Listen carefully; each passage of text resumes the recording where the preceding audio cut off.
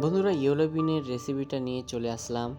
আমরা এখানে একটা স্টার মশলা, একটু দালচিনি, লেবুর খোসা, একটা চিলি চপ, একটু স্যালারি চপ নিয়ে নিই, 1 টেবিল স্পুন গার্লিক চপ নিয়ে নিলাম, 1 টেবিল স্পুন জিঞ্জার চপ নিয়ে নিলাম, 1 টেবিল স্পুন অনিয়ন চপ নিয়ে নিলাম, 1 ডাবু জল নিয়ে নিলাম।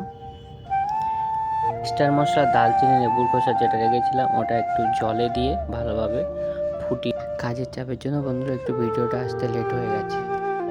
জলটা ফোটানোর পরে জলটা ছেঁকে রেখে দেব। তারপরে 1 টেবিল স্পুনের মতো অয়েল নিয়ে নেব। এবারে যে মিজাটা রেখেছিলাম সেটা ভালোভাবে ফ্রাই করে নেব তেলে।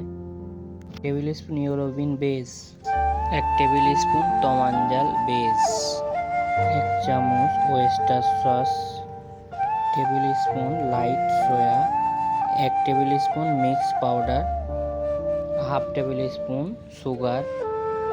জলটা ছেঁকে রেখেছিলাম সেই জলটা 1 ডাবু দিয়ে দেব। আমরা এটাকে ভালোভাবে গ্রেভি বানিয়ে নেব মিক্স করে।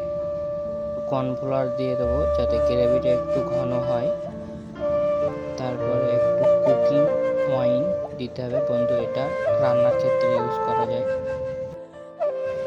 গ্রেভিটা বন্ধুরা দেখতে পাচ্ছ কত সুন্দর ঘন হয়ে গেছে। আমরা আগে থেকে ভেটকিটা ফ্রাই করে রেখেছিলাম, এর ভিতরে আমরা গ্রেভিটা দিয়ে দেব।